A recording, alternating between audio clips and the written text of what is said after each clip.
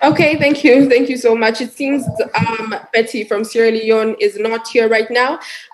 Let's go to Ruth from Ethiopia. Ruth, can you tell us what is your demand from social media companies, in particular Facebook and Google right now?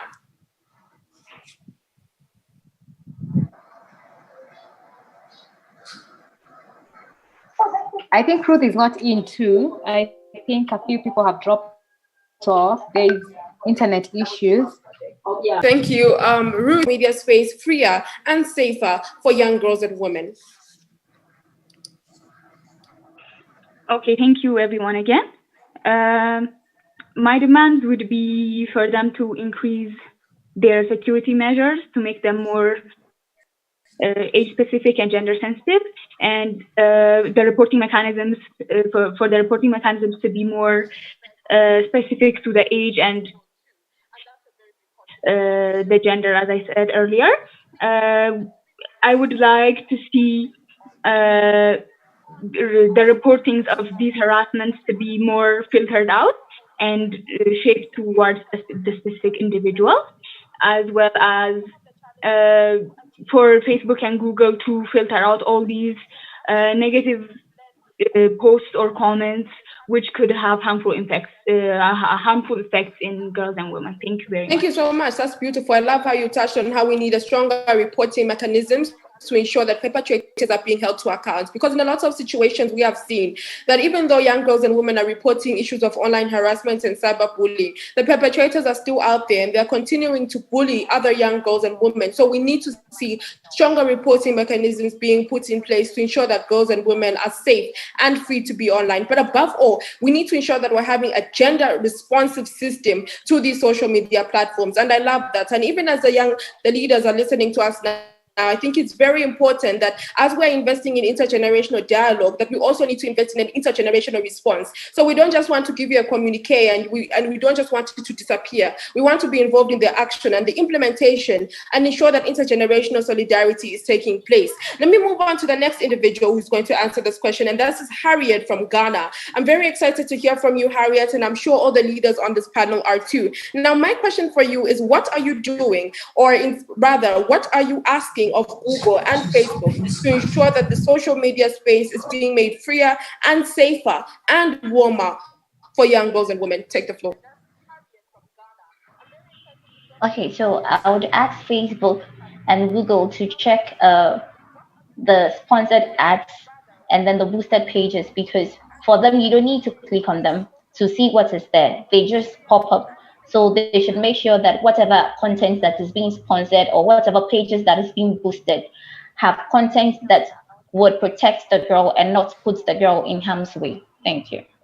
Thank you so much. That's wonderful. It's something that we have not touched a lot during this discussion, but it's very important. Pop-up notifications have come and they have redirected young girls and women to illicit sites and sites that are not favorable to their development, especially when it comes to mental and psychosocial support. So we need to ensure that pop-up notifications that do not favor young girls and women's mental and psychosocial support are being put down. Thank you so much, Harriet from Ghana. This has been a beautiful conversation with you. Let's move on to Deborah from Ghana. Deborah, my question is exactly the same. What is your demand of Facebook and Google right now to ensure that when you go on a social media space, you don't feel threatened, you don't feel stalked, and you don't feel abused? Hello? Hello, can you hear me?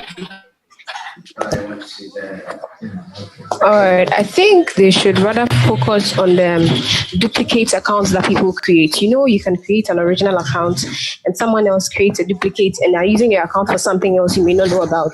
So I think Facebook should concentrate on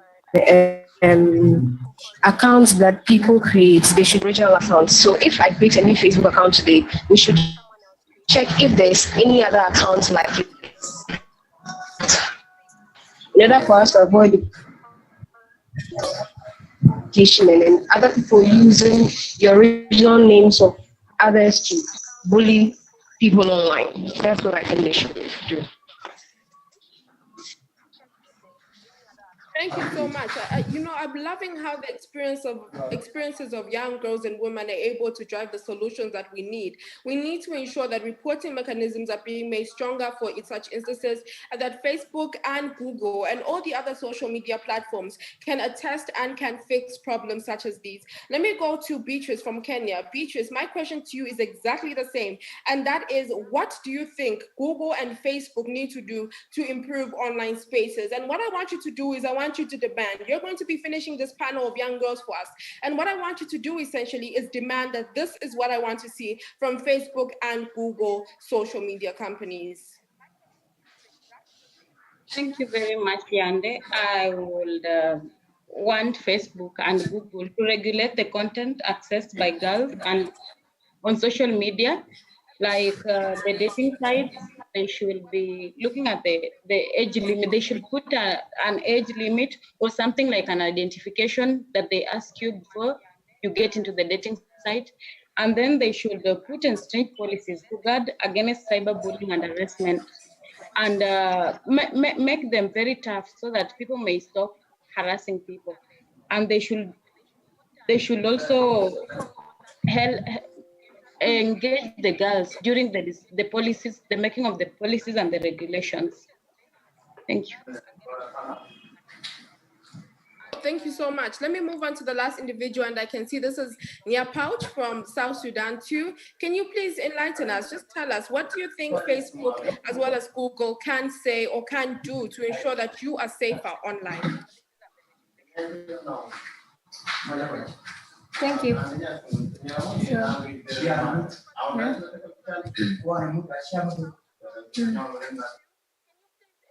My name is Nyapoy. So I'm very happy today because we meet all of them. Social media is a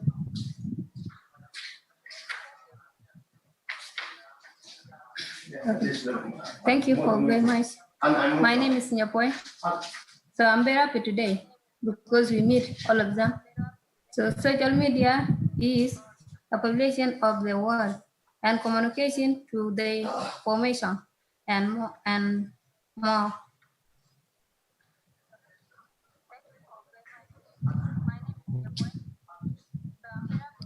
Thank you so much. Let's wrap up this session with just saying the main points of the session. And I have seen from all the wonderful contributions from these beautiful girls that social media. Yande, hello. Back. Yeah. I'm back. Okay, thank you so much, Betty. Thank you for joining us once more. Can you please tell us, what are your demands of Facebook and Google right now? I am aware that Sylvia from Facebook is leaving us in a little bit, but nevertheless, please tell us, what are your demands from Facebook as well as Google and social media companies as a whole right now? I'll start with Facebook. During login, like for me to log in Facebook should allow like face scanning if I desire to instead of password, because like password can be hacked.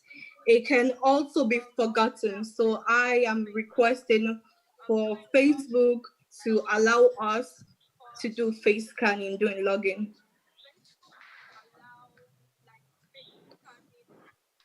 Thank you so much, Betty. Very profound contributions. And let me just sum it up by saying this. Online harassment is a big problem. Cyberbullying is a big problem that young girls and women are facing in this generation and this time. And it has only been further exacerbated and perpetuated by the COVID-19 pandemic. We have seen that not only are we relying on social media spaces for education, information gathering, health, as well as socialization at times, but this pandemic has showed us that more and more our lives are moving online, and this generation, as it's claimed, Generation Z, Generation Social Media, is proving to be vastly one of the biggest solutions to the problems that we're facing now. And online harassment is a big problem, as I've said. So we need to see social media companies, especially Facebook, investing in intergenerational response and intergenerational dialogue, especially as this dialogue is. But we don't just want it to be on International Day of the Girl Child, because we shouldn't be waiting months until October to start talking about these issues. These are things that are happening each and every single day. We have young girls and women who are logging off internet devices, who are logging off Facebook because they've been bullied and have been harassed. But that's a big problem because this is silencing girls' voices, and we can't afford that to happen. So we need to invest in stronger reporting mechanisms, and we need to invest in ensuring that spaces are safer for young girls and women, especially during this time and during this generation. So this is just one of the things that I've found profoundly from this conversation that we've had. One of the other things I want to say, however, is that I, as the co-writer of the Open Online Letter that was published by Plan Global, we have looked critically at how we need to address these things, and Facebook is here. So I'm going to take this opportunity to tell Facebook that we need you to involve us in ensuring that we are creating safer reporting mechanisms and stronger ones for young girls and women, and that perpetrators are being held to account, most importantly. Because just because we don't have bruises on our stomachs or we don't have scars on our face, it doesn't make online harassment any less dangerous, because things that should be charged on the criminal side in the physical world should also be charged in the cyberspace. So this is a big problem that we're facing, and we need to solve it. As we have seen, we're all fragile in the face of unexpected and unprecedented events, but that doesn't mean that we stop being the solution. That doesn't mean we stop being the change. That doesn't mean that we stop moving for progress, for power, as well as for solutions. So we need to continue, even in the face of the pandemic, to ensure that we're not losing any more progress that we've made to gender equality and equity, and ensure that we're investing critically in the involvement and participation of young girls and women in particular. I'm going to move on to Ms. Sylvia Musalgeni. I really hope I am saying your name rightly, but she's the Safety Policy Manager for Facebook, EMEA. So we are in the midst of a safety and policy manager, and I have heard from this discussion very profoundly of how we need to look at reshaping legislation in terms of laws and policies, and that we need stricter laws for perpetrators in particular. So Madam Sylvia, please take the floor and please address the young girls and women's response and give us your remarks as to how social media, Facebook in particular, is working to create a safer space for girls, but also please do inform us, what is your plan to involve us in making these policies, in making these laws, and ensuring that we are safer and freer and warmer to be free online? Thank you so much, Yande, and thank you for the great moderation. This has been a really insightful discussion and insightful conversation for me in particular. Just hearing from the young girls who are talking about their experiences on our platforms, and hearing also from the directors at Plan International and Save the Children, as well as the representative from the AU. It's good that we are all taking part in this conversation. At Facebook, we take women's safety and the safety of children as a very critical issue for us. And we have invested in policies, tools, as well as resources to ensure that all our users are kept safe on our platforms. And for me, taking part in this conversation is an important step for us to show our commitment in ensuring that both young women, young girls, and all our users are safe on our platforms. So we take opportunities to listen, to receive feedback of not just during such conversations, but from our users in how we can continue to keep our platform safe. So that's just to reiterate that this is an important conversation for us as Facebook, an important conversation for me, who's currently leading our safety efforts in the Middle East and Africa region. And just to answer some of the questions that were brought up in terms of our platforms and some of the recommendations that are coming in terms of what we need to do to keep our platform safer.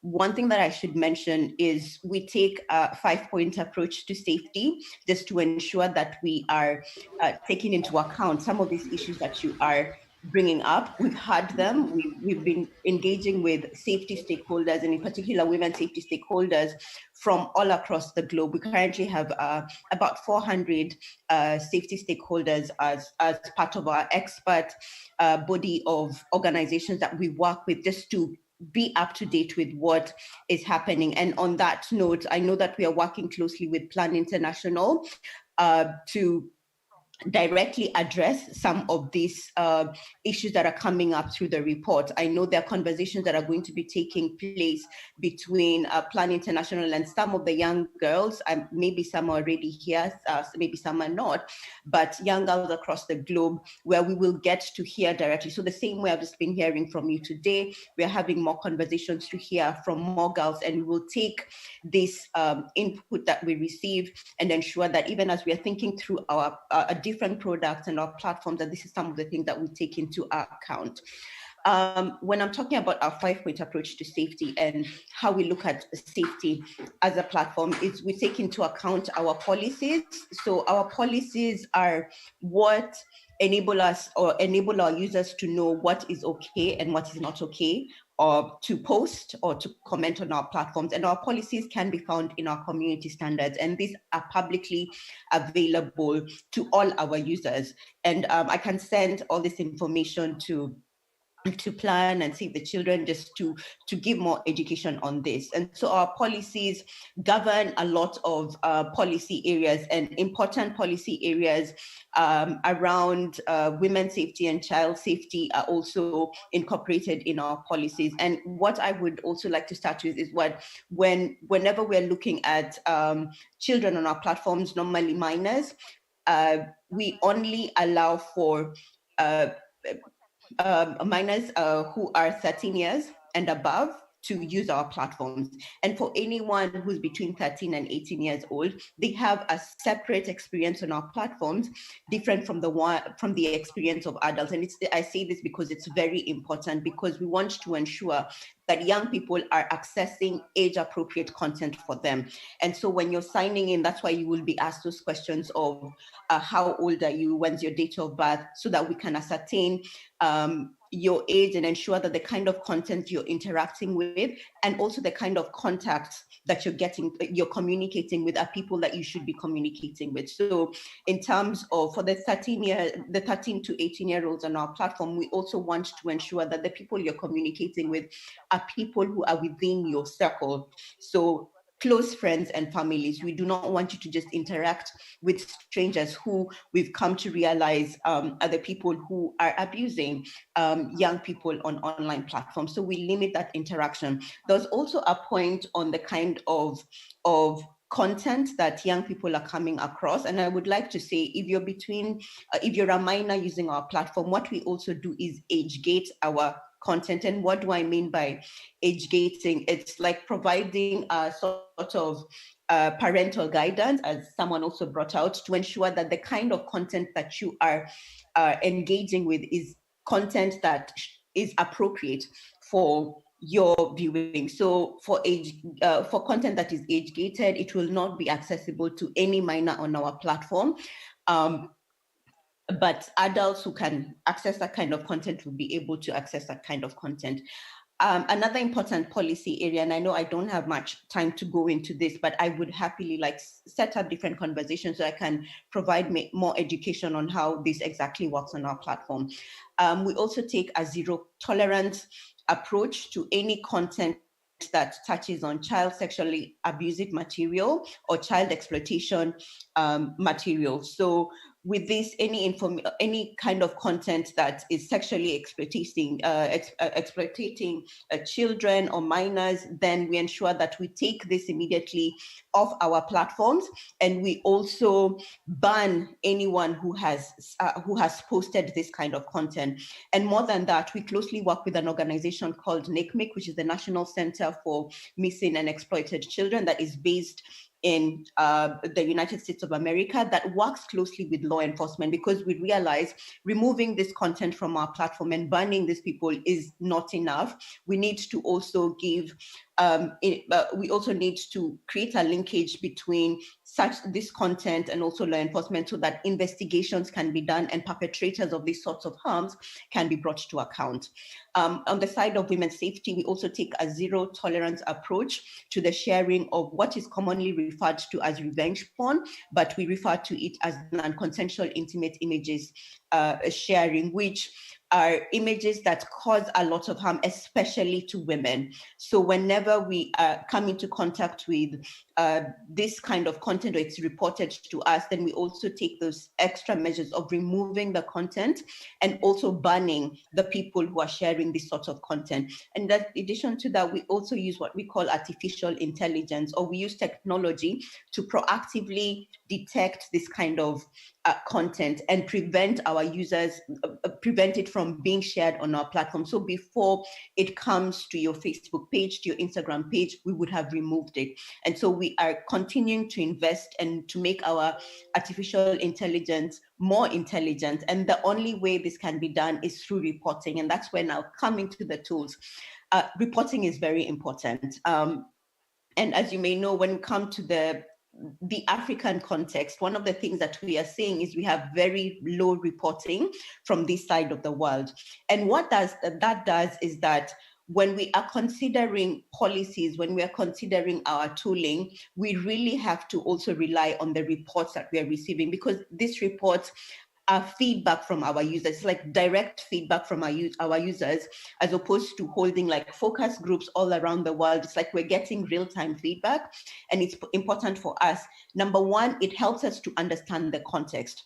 We are a global company that works in almost all the countries in this world. So it's important for us to have an understanding of the context. We have staff who are from different parts of the world. I should have mentioned I'm actually Kenyan, though I'm based in London. And so we try to ensure that we have a good geographical representation amongst the staff who are working in our company, and even amongst the people who are reviewing this kind of content. So when reports come in to our content reviewers, it will be taken through the right content reviewer who has an understanding of the language, has an understanding of the context, so that we also take that into account when the reports are being processed. So this is just to say, report any content, and reporting is available at any point in the service. So be it a post that you see, be it a comment, any kind of interaction that you see, you're able to report that, and it will come to us and we will process it against our community standards. So if it's something that is violating, it will be brought down and the appropriate actions will be taken. I heard a lot also about blocking, and this just gives users control over their experiences on our platform. There's so much that we can do as a social media company in ensuring that we set the environment for safe conversations to take place. And that's it, is in ensuring that we have the right policies in place to protect our users, as I mentioned, but also ensuring that we're empowering our users with the right tools to be able to report this content, to block users, and have more control over their privacy and safety. So where we cannot directly step in, then we ensure that we've empowered our users to be able to take control of their experiences. So you can block anyone who you do not want to interact with. And in addition to blocking someone, you can also report them. So if this is someone who is harassing you, we have put in place the blocking tools that when you send this to us, we will know that this person is harassing you, then we will take the needed action against this person in terms of on our platform. If we need to remove them to prevent them from interacting with others, then we will do that. In addition to that, I had the question on fake accounts or impersonation accounts. Our policies actually also look at impersonation accounts, because this is also a problem that we see being reported from our users. And when you feel like we have policies that now cover image privacy rights. And so as a user, you have a right to report anyone who is abusing or misusing your image. So when you report that, you will get a couple of questions. And if it's something that it's an image that is impersonating you or something like that, you will send it to us and the reviewers will look at it and we will action it. So these are just a few of the policies. Our community standards cover a range of policy issues across the board. So anything to touch with safety, we make sure that we try and make sure that we have included it in our community standards. So just to ensure that all our users are safe. And in terms of participation in our policy making process and also in ensuring that we are improving our tools, yes, you are welcomed to participate. And I will be following up definitely with Jenny from Toto News, as well as Plan International and Save International, to see how can we better engage, especially with the young children. One thing I love about this meeting is that it has the young people, and it's good to hear your experiences, because when I now go back to the engineering teams, I will say, this is what works and this doesn't work. And so I welcome you to have conversations with us. I mentioned before that we work with experts all around the world, especially when we're developing our policies. This is not a process that takes place in isolation. We realize that we are not the experts in everything. And so we need to hear from organizations, so civil society organizations who are working on these issues on the ground, have a better grasp of what is happening that maybe what we may have. And so it's important for us to ensure that we are in constant communications. So these are the kind of people that we will involve in our policy making processes, to receive feedback on how our policies are doing on some of the tools. So these conversations are also very important to us. And so thank you again for ensuring that I am taking part in this conversation. And just to close off, is that we also provide resources. So when it comes to bullying and harassment, we have a bullying prevention hub that is located within our safety center. So if you just go and type in your browser, Facebook Safety Center, you will be taken to a safety center that has a variety of resources for young people, for parents, for anyone who's experiencing any sort of harm on our platform. When you go there, you will find specific resources for your safety needs. And what we also do with these resources is that we actually work with partners. So it's not something that we've just come up with, but we work closely with partners to develop these resources just to ensure that they're actually responding to the issues. And we also, we continue to build it out to ensure that we have resources specific for the different countries where we have users. So when you go there, you will see a list of countries where users are present, and you click on your country, you can see the available resources for your country. And so, as I said before, for us, feedback is very, very important. And so thank you very much for ensuring that I was invited for this meeting, and I have taken down notes, and I will be following up with the organizers just to ensure that we are working more collaboratively. Especially I'm very intentional and on especially listening to the African voices, because I know in most spaces our voices don't get heard. And so I want to be very intentional of listening to the African young woman, to the African girl. And so these conversations, I will be willing to participate in many more. So thank you so much, Yande. Thank you for your moderation. This has been an exciting conversation. Thank you so much, Madam Sylvia. That has been extremely informative, and I'm sure each and every single girl, you have answered their questions, and you have driven what we have been talking about, that we are frontliners and we are partners of these things. We want to collaborate and we want to partner. This is not about competition. This is about collaboration. But before we go any further, there is a question for you, and it is good to know that Facebook has policies in place to safeguard girls and young people online. The challenge is that, however, these policies are very long and included in the fine print, in quote unquote. Can Facebook publish child-friendly policies and a summarized version which can easily be read by young people? And I think this is very profound, because it does come back to issues of law, because a lot of young people are just turned down by how these are big policies and they can't understand it, and how it's technical information. And so let's hear this from you. Does Facebook have these, and can you accommodate them if it doesn't? Yes, so we do have this, and I should differentiate between our policies. And I know there's usually a lot of confusion. We have terms of service, which are very different. And terms of service is what you will see right before you sign on for your Facebook account. So upon account creation, you'll see the terms of service, which are usually, they have very legal language that a lot of people, honestly, if you do not have a legal background, maybe you will not be able to understand.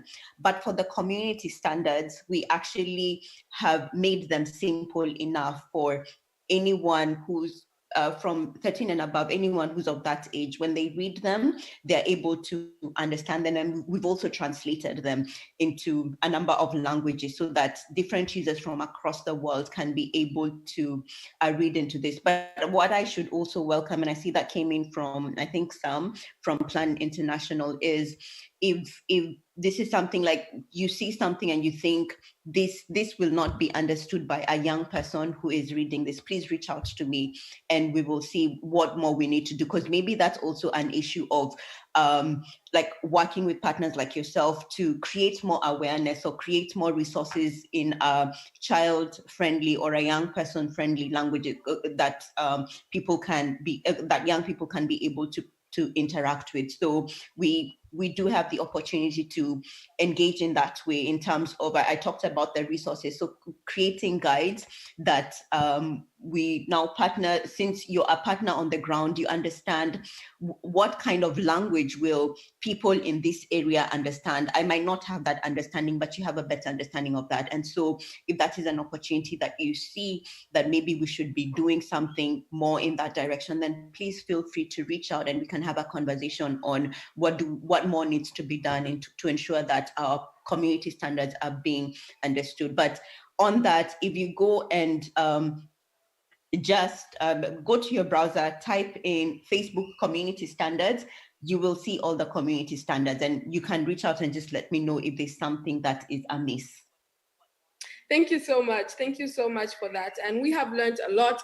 I personally am taking a lot of things back home. I'm taking a lot of things to implement and to tell each and every single young girl and woman out there from the conversation that we have had. Thank you so much, Madam Sylvia, for joining this conversation. It's been an honor to have you, and it's been an absolute honor to talk to you and to experience and just to know that Facebook is doing quite a bit for this. But again, we want to be meaningfully involved, because even through the Plan International study, it has found that most of the young girls and women have been harassed and abused on Facebook platforms. So we want to partner, we want to collaborate, and I look forward to having another conversation with you. And at the end of the day, ensuring that young girls and women are safe and free to be online. Thank you so much. I'm going to move on to... There's a question. Sorry for interrupting. I think you didn't see my text before. So there's a question. I think this is for you, Sylvia. Okay. It's about how would women and girls in humanitarian crisis benefit from the use of your platform? And at this juncture, I'm going to ask Nyapoch and her friend from South Sudan to ask you a question. I think they had a question. Nyapoch from South Sudan, a question for Sylvia. So as you focus on that question, how can girls in the humanitarian crisis use your platform? Nyapoch? Nyapoch, you need to unmute yourself. Yeah, I listen to you. Go ahead. Go ahead and ask your question. Yeah? Ask your question. No, I don't have a question. Okay. And your friend, the other lady from South Sudan. Also, one of you has a question. Okay, Yeah. Sylvia. Yes, I have a friend in South Sudan. Okay. Okay, I think Sylvia can go ahead and ask that question on humanitarian crisis and refugee settings. Okay, yes, I think I see that question in the comments. I think it's from Maina Gary, if I'm not wrong. And so in terms of, we do have some tools on our platform that would help individuals who find themselves in a humanitarian crisis. So these tools would enable you to fundraise in case you need to be able to fundraise to get more people to send you resources or to support a campaign that you're working on, to ensure that you have resources to be able to respond to that humanitarian crisis. We also have tools to mark as safe. So whenever, like let's say there's a crisis, it may be a political violence in a country, or there's flooding or things like that, then you have a safe, mark as safe tool that when it's allowed within your country, then people are able, your friends and family on Facebook are able to know that you are safe. So during that time, you will get what we call, sorry, I'm trying not to use technical terms, but you will get like a prompt or a notification on your Facebook profile, just telling you that your friends want to know whether you're safe or like how you're doing in this crisis, and then you're able to click that you are safe, and so on your profile it will show that you are marked as safe. In terms of refugees, we do have some of our digital literacy and our digital skills training that have been targeted to refugees. I know we did a training in Uganda. My apologies, I'm not the one running that training, but I can't remember the name of the organization, but it's a digital skills building training that we partnered with an organization in Uganda that provides training for refugees. And it's something that we are also looking at into more regions where we have refugees. So we also do lots of trainings, and all our programs that we do that cover building business skills for women and for girls, or safety skills, they actually cover a whole range of people. And if this is an area that you would also like to receive more training on, or to receive more training or more skills on, then please feel free to reach out, and I am going to either, if it's within my programs, and I will take up that conversation. If it's not, then I can link you with the different teams that work on this. I hope that answers your question. I do have a question. Go ahead. Why do Facebook allow people not your friend to comment on your page? Because negative comments can come out of that from people you don't even know and don't want to be friends with, you don't want to communicate with them. Mm-hmm. And so you mentioned this is in a page. Is it a page or a profile? If I post something and let me say I tag my mom, someone who is my mom's friend can comment on my post, which I don't want. Okay. Why is that possible? Yes, so I understand what you're saying. So what we've done, we realize that people have different interaction needs or interaction intentions. And so what we do, I mentioned that we want to give our users the power of their experience, or their safety and privacy experience on our platforms. And so what we have is privacy tools that allow you to control the people who you interact with and the people who also interact with you, or interact with the posts or comments that you post. And so when you enable these tools, you choose whether you want your comments or the post that you've posted to be viewed by just your friends, or friends of your friends. So in your case, if you've allowed, you can go to your profile settings. I will share a link on how you can check on this in the chat just after I finish this comment. So if you go on one of your posts, and on the right hand side top corner of that post, if you click on a drop down menu, it will tell you who is able to view that post and who can comment on it. And you're able to change this at any point. So if you do not want friends to comment on it, then you can choose not to do it. And the reason why it is allowed automatically, or by default, it's allowed for most of our users, is because we realize some people want friends of friends. They want that interaction with people who go beyond their friends list. But then we have people who want to keep their profiles a little bit more private. I am that way. I prefer my profile to be private and only interact with people who I know. And so my privacy settings, I would say, are top. So if you're not my friend on Facebook, if you're not my friend on Facebook, then you will not be able to interact with me in any way. So I will happily share a link to a privacy checkup so that you can just go through this and see if this helps to further answer your question.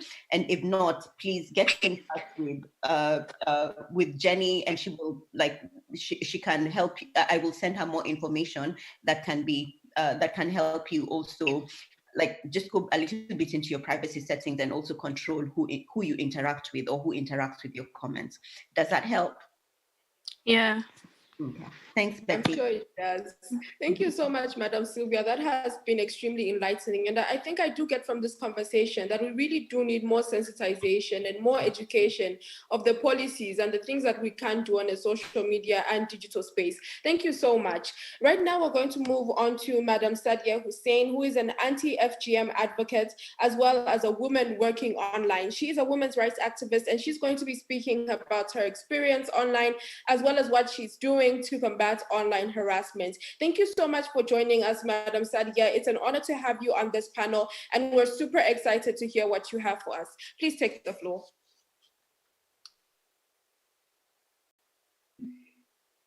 Okay. Thank you so much for giving me this opportunity to talk to you guys. I'm much privileged and humbled to be here today. My name is Sadia Hussein from Kenya. I'm a champion and a women's rights activist. I'm FGM survivor, and I want to share with you some of the things that I feel about the free to be online. Okay, for me, I would start by saying that majority of the girls who spoke today were sharing how online is good and also the negative sides of online and how they are harassed or abused.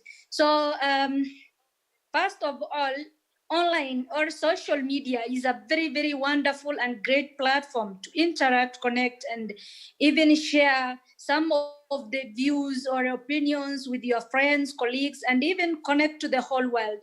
For me, I really feel social media is the best platform to be, especially during this COVID-19. It really helped us to overcome a lot of challenges and also be able to continue connecting and sharing our ideas and talking to each other and also providing solutions for the challenges we are facing right now.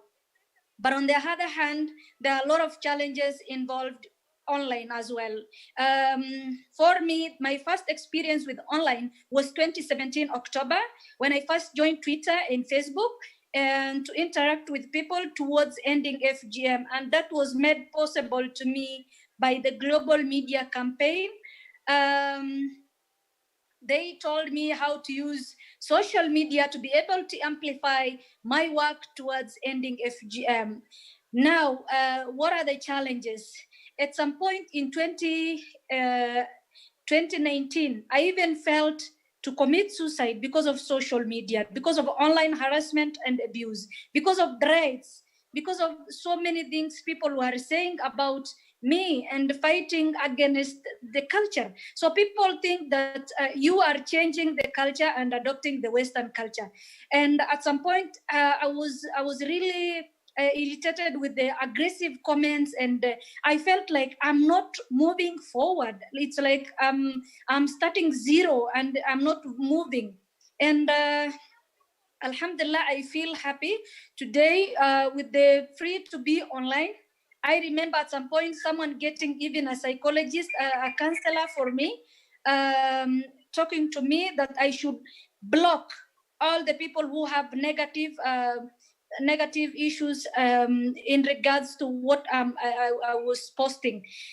So Alhamdulillah, that really helped me. And now I'm on the front line fighting for free to be online campaign so that at least many people can sign the letter, and girls and women like me can be able to share their views and comments in regards to changing the harmful cultures and also be able to connect with the rest of the world. Girls, let's start from the age of tender age of girls joining online. At some point, I really feel bad when some of the girls are being harassed, and once some such comments come to my timeline, the first thing I do is I respond and make sure that that person who is making sure to harass that girl is either reported or action taken against him. And I'm always there to be the voice of those girls who feel maybe they want to drop social media, and at some point they confess to me through my inbox as well. So what happened is that for girls, sometimes people use their same photos to create another fake account or even come there to body shame them. We were all created by God perfectly and wonderfully enough. There is no need to rectify or correct someone just by the way that person looks. And I really feel bad when a man or a strange person, even some of them do not even have their profiles. So they remain anonymous and they harass these girls. So for me, I feel that's very bad. Never judge someone by the way they look, because that's how God created them. And they must have a unique thing that you don't have. You yourself, as the harasser or the perpetrator, do not have such qualities that this young girl possesses. So I feel as a mother, I also have a role to make sure that every girl can be safe online.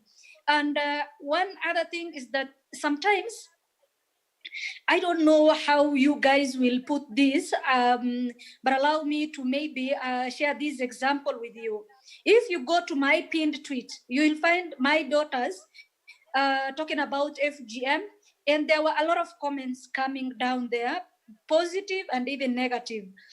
So my question to the whole world is, how do we go about this whole online issue when, for example, I post something as a Muslim lady, maybe I have hijab. So someone else comes in, maybe he doesn't believe in my faith, or he doesn't understand why I'm wearing the hijab.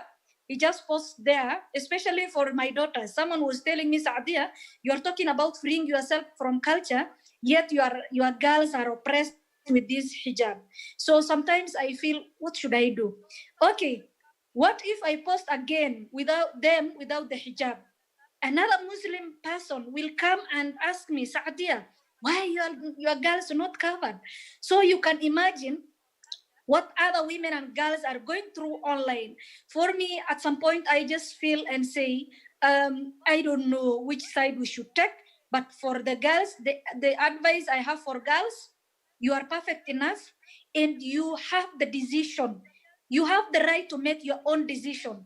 You have the right to make your own choice. The way you want to live, the way you want to address people, the way you want to post, that's your sole right. And I want every girl or woman to be free online. And I really, really appreciate Plan International for bringing up this issue of free to be online. And I've been running a lot of posts for Plan International Kenya and also the global online platform, so that at least girls can enjoy social media free from harassment, bullying, threats, and also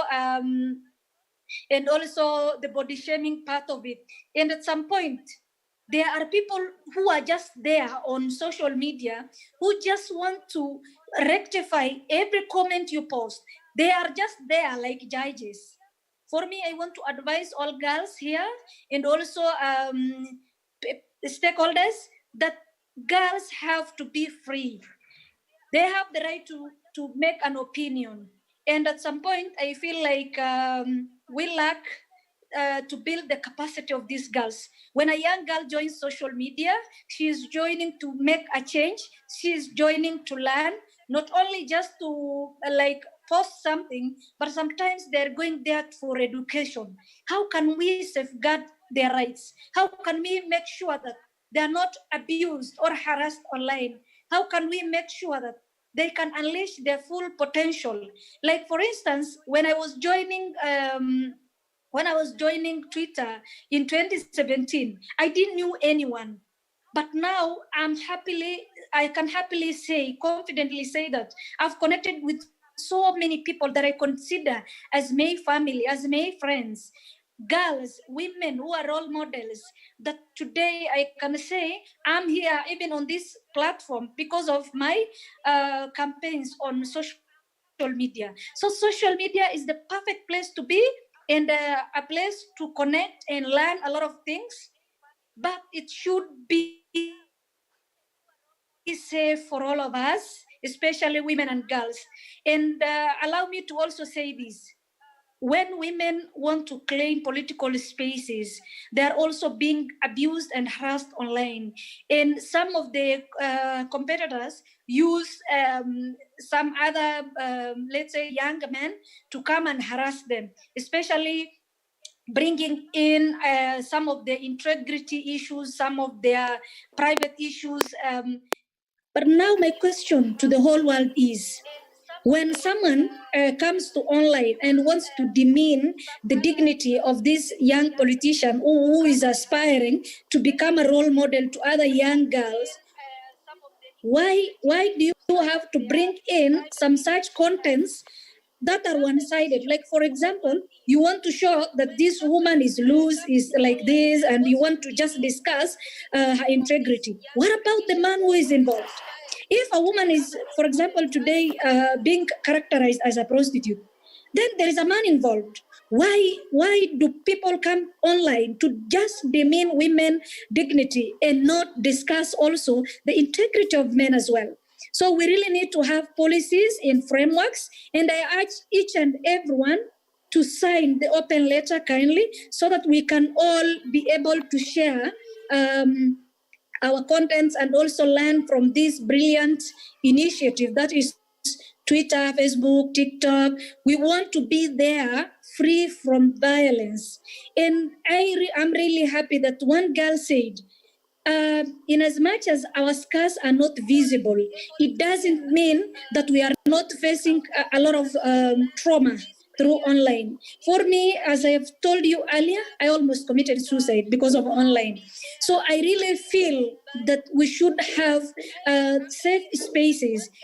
Like FGM. FGM is something that is not visible. And whenever we want to talk about it, that FGM happened to me, I'm a survivor, I'm this, someone just comes in.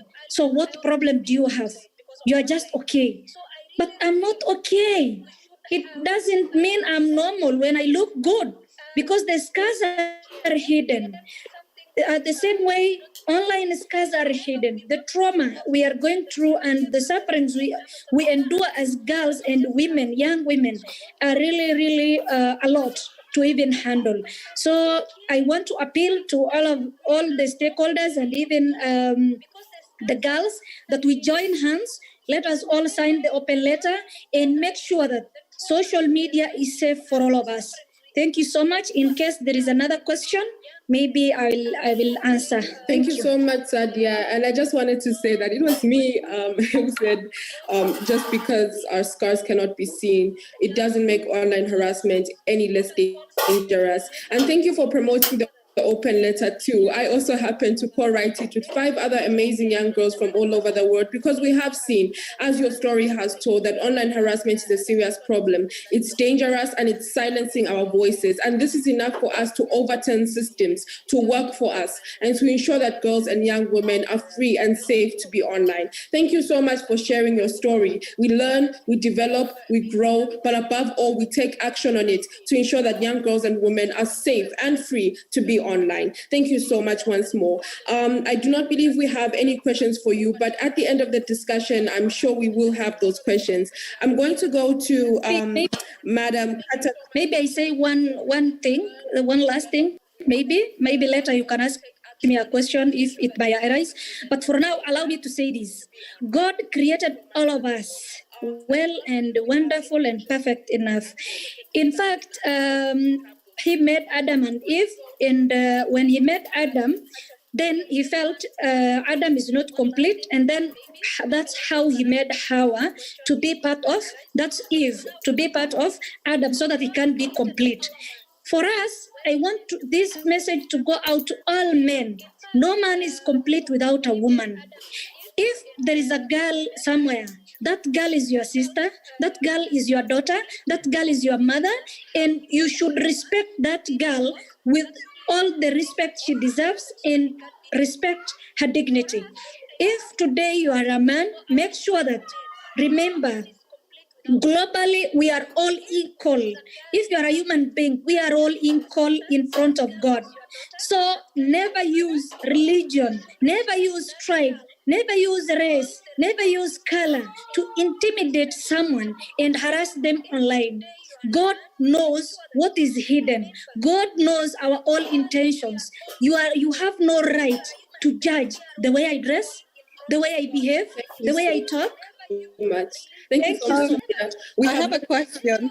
Oh, sorry, Betty. Before we go on, Betty, let me just.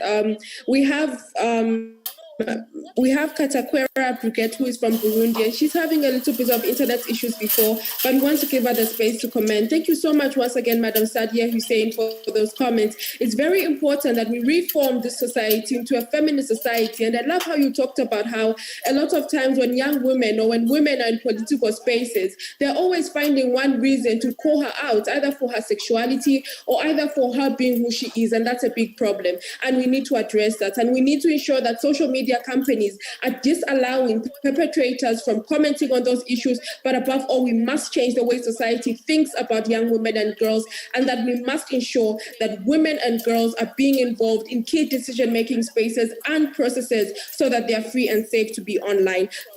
Let me go to Madam Katakwera Brigitte from Burundi. Can you kindly comment on these issues? I am aware that you're having some internet connectivity issues, and that is okay. We all know that because of this COVID-19 pandemic, digital infrastructure has not been at its best. But Brigitte, please go on. Bonjour, d'abord, je m'excuse pour ma connexion. Elle était d'abord mauvaise et je vous remercie tellement de m'avoir donné la parole. En rapport avec cette question, ce qu'on pourrait demander à Facebook et Google pour que les jeunes filles et les jeunes demoiselles, les harcèlements et tout ce qui leur arrive puisse diminuer. Moi, je dirais plus que nous pourrions plus demander à Facebook. Nous voyons que Facebook, c'est la plateforme que beaucoup de jeunes utilisent parce que je pourrais dire que c'est la plateforme qui est un peu moins chère. Alors, j'aimerais que d'abord les politiques soient changées. J'aimerais que sur le Facebook, on pourrait voir ce qu'on peut mettre sur le Facebook, ce qu'on peut publier sur Facebook, ne pas publier n'importe quoi parce que ce sont des jeunes filles. Comprenez que la maturité n'est pas assez grande. Alors, pour leur protection, je dirais qu'il devrait y avoir beaucoup plus. La politique devrait changer. En changeant, il devrait beaucoup plus mettre certaines sécurités. Même si c'est possible, changer et faire en sorte que des comptes Facebook puissent aussi être privatisés, comme on peut le voir sur Instagram et autres. Non seulement ça, créer des coopératives qui pourraient, des associations qui pourraient se battre pour lutter contre les harcèlements que les jeunes filles rencontrent sur cette plateforme. Ça, c'est une très bonne chose.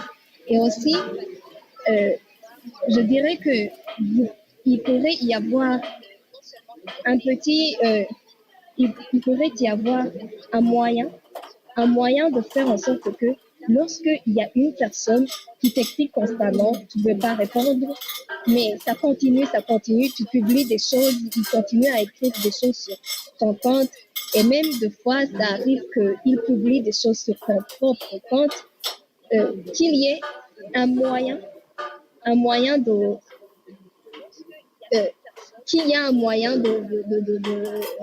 comment je dirais, qu'il y ait plus un moyen de dire ça, de dénoncer la personne en question, qu'il y ait un moyen de dénoncer la personne en question, et pour que cette personne en question, et qu'il y ait aussi des punitions sur Facebook même, qu'on puisse lui interdire certains accès. C'est vrai, avec nos comptes, on peut bloquer, ça existe, on peut... Yes, it is true, we can block these people, but I think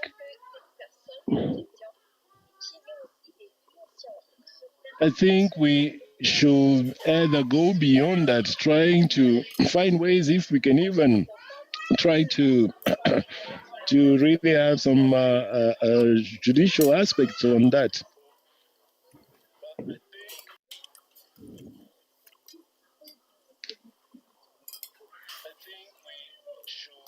Because we don't want to leave these platforms. These platforms enable us to do many things. Through these platforms, we can really innovate so many things. And then we can also be in touch with the whole world.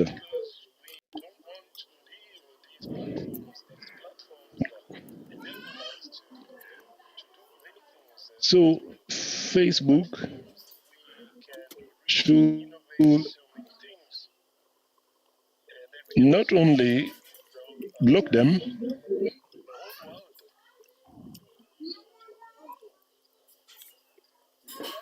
should be aware about all these people, should make some effort to know very closely these people. Thank you so. For instance, when you are using a different, for instance, if you are using a different gadget, you may find that I would like to encourage one of our colleagues, the lady who has just spoken from Kenya. She has an organization that is really fighting against harassment. And I am very much impressed about what she's doing. Thank you so much. Thank you so much, Brigette Katekwera from Burundi. It's been an honor to hear from you, and it's an amazing contribution that you have made. Thank you so much. Thank you so much, Brigette. I would have to cut you short because we are pressed for time. Thank you so much. Thank you so much. I would have to cut you short because we're a bit pressed for time. Thank you so much. I would have to cut you short. Yes, thank you. Thank you so much. So those are very valuable contributions, and indeed, it's extremely important that we address things. Facebook did have an opportunity. We did get wonderful contributions from Madam Sylvia, and she did speak about how these policies are being put in place. But above all, we need to emphasize intergenerational dialogue, intergenerational solidarity, and intergenerational mentorship too, because we want to see that these platforms are being made safer for girls and women all over the world, and this is very important. Thank you so much. So right about now, I'm going to go into reading our communique that is going to be presented to the leaders that we have on this panel today. This has been very enlightening. This has been very empowering. But above all, we don't just want to end this conversation right here. We don't just want to begin it and end it because it's the International Day of the Girl Child. No. We want to continue and expand these conversations until young girls and women are safe and free to be online. I'm going to read the communique, and these are all contributions that have been gathered from our beautiful conversations that we have been having as young girls from all over Africa. And it goes as follows.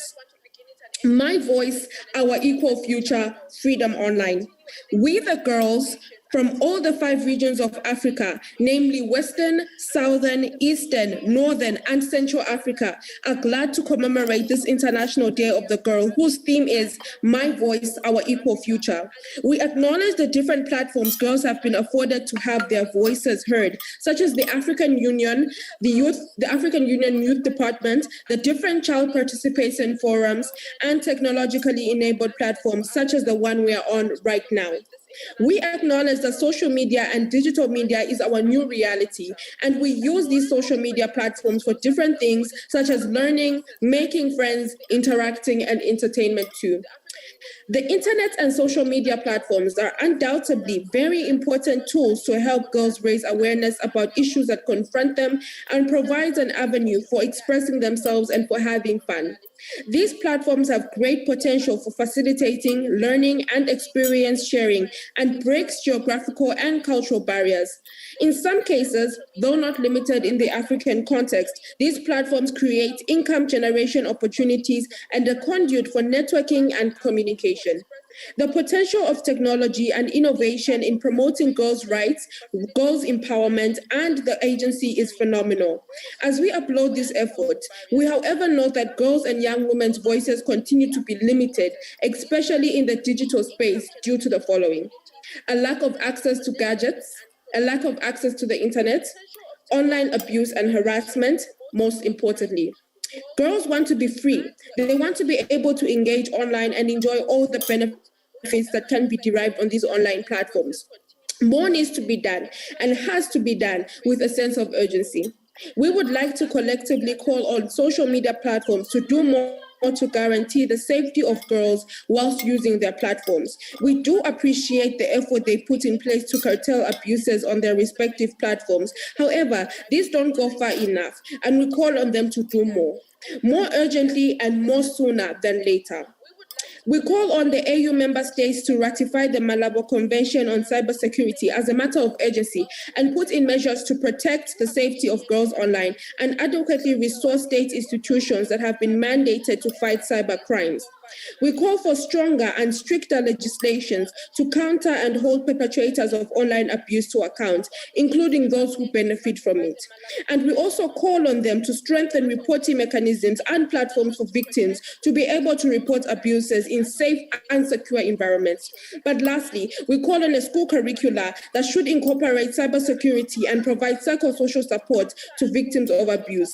We therefore wish all African girls a happy and fulfilling International Day of the Girl Child. And this is a communique that has been submitted to all the leaders that we have on this platform. I must emphasize, however, that we do not just want this communique to go nowhere. We don't want it to just pile up in your documents or in your folders. No, we want these issues to be addressed, and we want you to take serious action on them because we're tired of being abused. We're tired of being stalked. We're tired of being threatened, and we're tired of being harassed. We need action, and we need the action now, because if we don't get it, then we're not going to be safe and we're not going to be free on social and digital spaces. Thank you so much to all the people who have joined this webinar. Thank you so much to the participants, and thank you above all to the leaders and the young girls and women who have taken time to ensure that their voices are being heard on this digital space.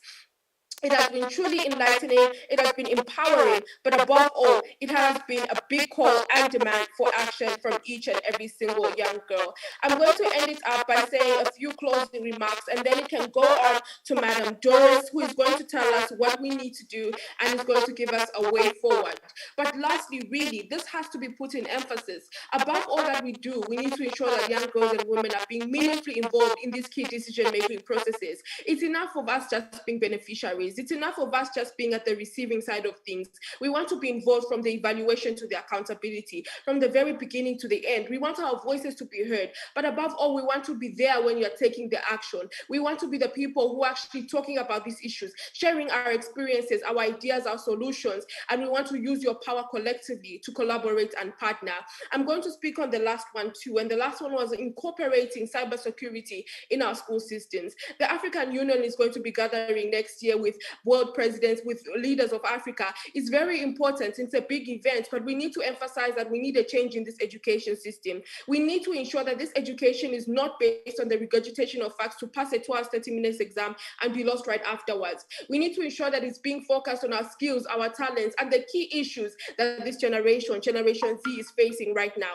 This generation is facing issues of social harassment, and we need to address these. We need to incorporate this within our syllabus, and we need to ensure that young women and girls are being a part of the process and are learning and are being sensitized and educated on this issue. It's been amazing having you leaders on this panel, and we look forward to all the future engagements that we are going to have, and we look forward to when we're going to hear the day when online harassment and social media abuse is a thing of the past. Thank you so much. I move it on to Madam Doris, who is going to be now giving the closing remarks. Madam Doris, please take the floor and please inform us of the next steps as well as the closing remarks of this conversation.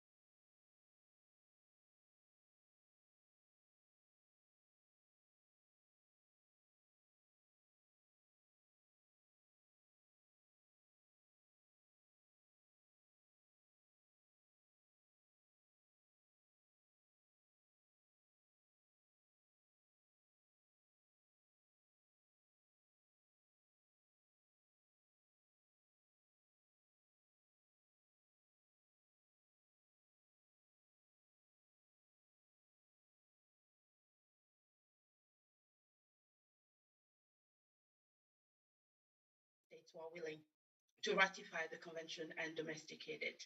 And in the domestication, we need to make sure that all forms of sexual abuse and child exploitation, online child exploitation, are included in domestic policies and laws. Which brings me to the second point. All of you called for more stringent policies and laws. And you all also talked about accountability, making sure that perpetrators are made accountable. There was another one that you talked, the last one, which was the school curricula, making sure that school curricula have sensitized girls on cyber security. It's very important. We cannot start early enough. We should start maybe perhaps in kindergartens. To end, I really just want to congratulate you again and a vote of thanks to all the speakers for the fantastic job you did, for sharing your personal experiences, for also being innovative and engaging with Facebook and others, trailblazers, on what needs to be done, what needs to change. On that note, again, congratulations and thank you again. And again, happy International Girls' Day to all. Thank you.